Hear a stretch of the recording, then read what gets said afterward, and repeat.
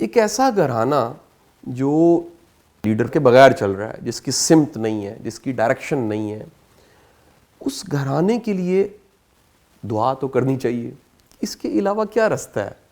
اگر آپ کے ایسوسیٹس میں ارد گرد کوئی ایسا گھرانہ موجود ہو، آپ نے ایڈوائز کرنا ہے، دعا کے علاوہ کیسے ان کو گائیڈ کر سکتے ہیں؟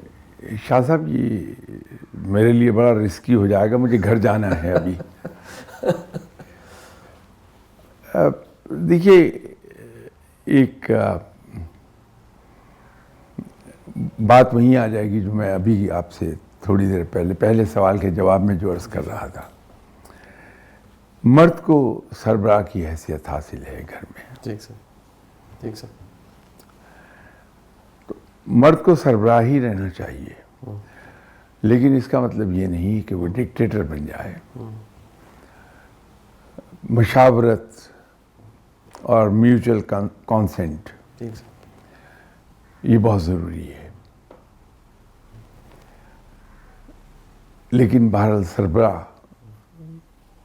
مرد ہی کو ہونا ہے، سربراہ شوہر ہی کو ہونا ہے گھر کا. تو معاملات بڑے اچھے چلتے ہیں.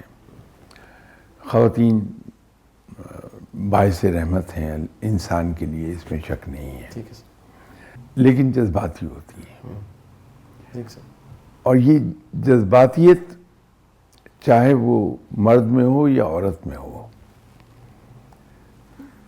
عام طور پہ فیصلے، جذباتیت کے تحت کیے ہوئے فیصلے کچھ تھوڑے حقیقت سے دور ہو جاتے ہیں.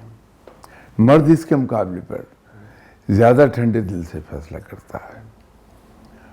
میں صرف ٹھنڈے دل سے نہیں کہہ رہا، زیادہ مقابلتاً تھوڑا ٹھنڈے دل سے فیصلہ کرتا ہے.